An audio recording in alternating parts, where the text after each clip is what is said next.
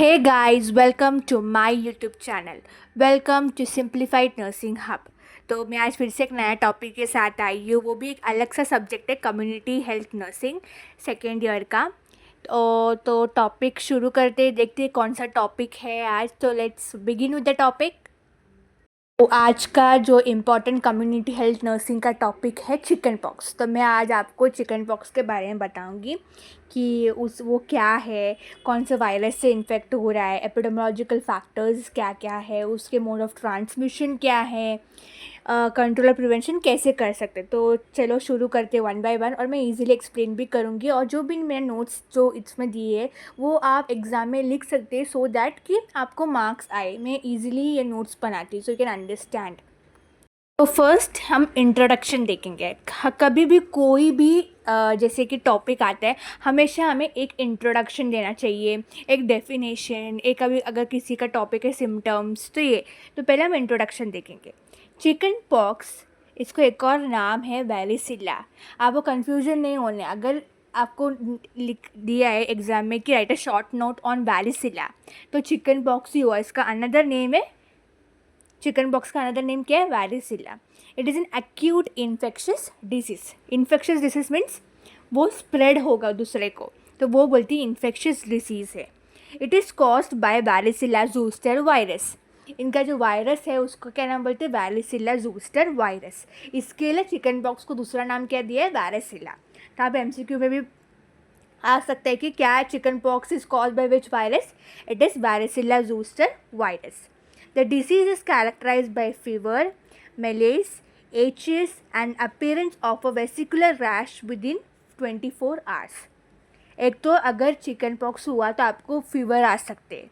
Millais मतलब एक ऐसा लग रहा है कि कुछ तो मेरे बॉडी में हो रहा है, मुझे अच्छा नहीं लग रहा है, that is called as malaise. कुछ तो लग रहा है but you don't know the symptoms कि क्या हो रहा है मेरे साथ, दैट इज़ कॉल्ड मलेस। हमें पता नहीं क्या हो रहा है। एचएस मीन्स पेन, आपको बॉडी पेन हो सकता है, लेग पेन हो सकता है, हेडेक हो सकता है, एंड अपीयरेंस होगा वेसिकुलर, छोटे छोटे बम्स आते हैं ना, उसको बोलते हैं vesicular rash.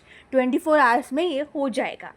Chicken pox is quite common in India. India में बहुत कॉमन है, आपको दिखिएगा चिकन पॉक्स किसी ना किसी को। एक तो गर्मी में, ज़्यादातर गर्मी में आता है, किसी उसको बारिश में भी आता है, that is most common. It occurs in both epidemic and endemic forms. Epidemic क्या होता है कि वो उस देश में वो टाइम उस एरिया में ऑलरेडी एग्जिस्ट हो रहा है और फिर से एक इंसान को हो रहा है। एंडेमिक मतलब क्या है, जैसे कोविड एंडेमिक हुआ, मतलब एक जन को हुआ, पूरे देश में हो गया, दैट इज एंडेमिक। तो चिकन पॉक्स दोनों है, एपिडेमिक भी है एंड एंडेमिक भी है। नेक्स्ट हम एपिडेमोलॉजिकल फैक्टर्स क्या क्या है, उसमें सब पॉइंट्स है। आप ऐसे एपिडेमोलॉजिकल फैक्टर लिख के सब हेडिंग्स के साथ आप ले लिखेंगे तो you will get a full marks. So first हम देखेंगे दैट इज कॉसेटिव एजेंट। कौन सा एजेंट है जो चिकन पॉक्स कॉज कर, जैसे हमने पहले देखा तो उसका जो मेन एजेंट है इसका ह्यूमन हर्पिस वायरस 3 है, ठीक है, कॉसेटिव एजेंट है। हमने पहले क्या देखा था, which virus cause, that is varicella zoster virus, और उसका कॉसेटिव एजेंट कौन सा, ह्यूमन हर्पिस वायरस 3। अभी सोर्स ऑफ इन्फेक्शन क्या, कैसे ये स्प्रेड होता है।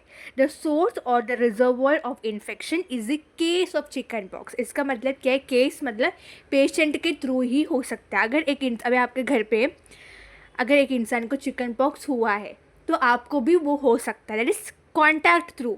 अगर आपके एक पेशेंट को हुआ है तो ही वो दूसरे पेशेंट को होगा, that is the case of chicken pox. The virus is present in nose and throat secretion and lesion of skin, mucous membrane and blood. तो ये कैसे हो सकता है, एक तो वो नोस वगैरह में भी रहता है, नोस में रहेगा, थ्रोट सेक्रीशंस में, अगर हमने कफ स्नीज किया, अगर दूसरे इंसान के सामने किया तो भी वो स्प्रेड हो सकता है। स्किन जैसे छोटे छोटे बम्प्स, अगर वो तोड़ के उसकी जो उसका म्यूकस जो नीचे गिर गया उसको भी हमने टच किया तो भी हो सकता है, दैट इज़ द थिंग कि म्यूकस मेम्ब्रेन ब्लड में भी। अभी पीरियड ऑफ इन्फेक्टिविटी, ये कितने पीरियड तक इन्फेक्शन रहेगा। The case is infectious for a period of about 1 week, compensing 1 to 2 days before the appearance of rash and 4 to 5 days thereafter. तो ये इन्फेक्शन क्या है, एक तो 1 to 2 days बिफोर दी, 1 से 2 दिन क्या स्टार्टिंग में किसी को फीवर आता है और बम्स बहुत टाइम 1-2 दिन के बाद ही चालू हो जाते हैं, तो वो इन्फेक्शन ऑलरेडी अंदर है पेशेंट का। And 4 to 5 days after rash वगैरह आने के बाद भी वो इन्फेक्शन रह सकता है। दैट्स वाई क्यों हम लोग आइसोलेट करते हुए इंसान को। एज क्या है, chicken pox occur mainly in children below the age of 10 years के नीचे, ज़्यादा किसी उसको इसे 10 years के बाद ही होता है। No age however expand if there is no previous immunity.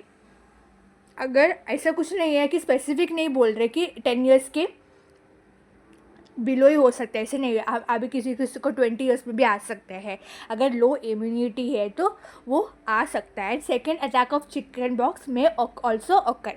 ये सेकेंड अटैक कैसे होता है, कोई किसी को कि किसी को अगर थोड़ा सा ही आया है फर्स्ट अटैक में, कैसे है अभी घर पे जिससे मोस्टली क्या देखा जाता है कि घर पे जो फर्स्ट इंसान को थोड़ा सा ही चिकन बॉक्स आता है, ज़्यादा नहीं आता है, तो सेकंड जो इंसान रहेगा उसको जैसे स्प्रेड होकर सेकंड वाले को आ गया चिकन बॉक्स, तो बहुत ज़्यादा आता है वो इंसान को। तो कभी फर्स्ट टाइम पे अगर ज़्यादा नहीं आया इन्फेक्शन, तो देयर इज़ चांसेस कि सेकंड किसी, ऐसा नहीं है, I am not telling the ये कि ऐसे होता है, but most of the cases we have seen कि ऐसे ही होते हैं, जिसको फर्स्ट एपिसोड में या फर्स्ट टाइम थोड़ा सा आया रहेगा तो second time there is chances कि उनको आएगा फिर से। तो this is the epidemiological. Epidemiological means first एक पॉजिटिव एजेंट है, that is human herpes virus 3 है, सोर्स ऑफ इन्फेक्शन देगा कैसे होता है, पीरियड ऑफ इन्फेक्टिविटी क्या है एंड एज क्या है। Next we will be seeing about the mode of transmission, means एक इंसान से दूसरे इंसान में स्प्रेड कैसे हो रहा है। Chicken pox is spread mainly by droplet infection and droplet nuclei, दोनों है। ड्रॉपलेट इन्फेक्शन मीन्स किसने खांसा स्नीज़ किया और दूसरे इंसान को स्प्रेड हो जाता है। ड्रॉपलेट इन्फेक्शन, ड्रॉपलेट न्यूक्लियाई क्या होता है, जो स्नीज करके जो छोटे छोटे न्यूक्लियाइस निकलते हैं एंड वो इंसान के हाथ में या शरीर में टच हो गया, that can cause chicken pox. Most patient are infected by face to face भी होता है।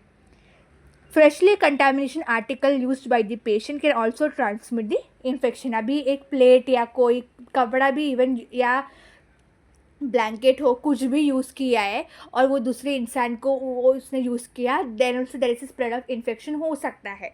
इवन फेस टू फेस भी अगर हम किसी से मिलने गए जो इन्फेक्टेड है चिकन पॉक्स से, if we are not infected earlier, हमको नहीं आया है चिकन पॉक्स, तो देर 100% चांस कि आपको चिकन पॉक्स हो गई। फेस टू फेस भी हो जाता है, क्योंकि क्या है, एनवायरनमेंट में वो इन्फेक्शन स्प्रेड है, that is the thing. The mode of transmission ये था। नेक्स्ट हम देखेंगे incubation period. Incubation period means वो इन्फेक्शन कितने दिन तक अपने बॉडी में रहेगा, that is called as incubation period. 14 to 17 days, although extremes as wide as 7 to 21 days have been reported। ये 14 to 17 days तक रहता है, इवन 1 महीने भी रह सकता है वो इन्फेक्शन किसी के अंदर। इवन आपका बम्स जो छोटे छोटे में जैसे वेसिकुलर रैश अगर सबसाइड होने के बाद भी वो इन्फेक्शन अपने बॉडी में एटलीस्ट 7 to 21 days तो रहेगा ही। दैट इज बोलते हैं कि 1 महीने तक घर पे रहो, आइसोलेट रहो, तो दैट दूसरे को स्प्रेड ना हो, that is called incubation period. Next हम देखेंगे कंट्रोल या प्रिवेंशन, कैसे हम ये कंट्रोल या प्रिवेंट कर सकते हैं। तो इसमें क्या है, there is no specific treatment नहीं है चिकन पॉक्स के लिए, कुछ भी नहीं। चिकन पॉक्स आने के बाद क्या करते हैं, कोई नीम का पत्ते में सोने के लिए बोलते हैं, इचिंग ना हो, कोई दवाई वगैरह कुछ नहीं रहता है, तो स्पेसिफिक ट्रीटमेंट ही नहीं है चिकन पॉक्स, तो ऑल वो सबसाइड अपने आप हो जाता है। The usual control measures are notification of cases to the health department। It's important कि हम हेल्थ डिपार्टमेंट या कोई कम्युनिटी एरिया में हेल्थ डिपार्टमेंट्स रहते हैं, उस जाके अपना केस किया कि इस इंसान को, so that we can know. क्योंकि क्या है, कभी कभी कम्युनिटी एरिया में मोस्टली के काउंट्स रखते कि ये डिसीज़ इतने लोगों को हो रहा है, तो दैट हम लोग को पता चले, तो नोटिफिकेशन करना पड़ेगा।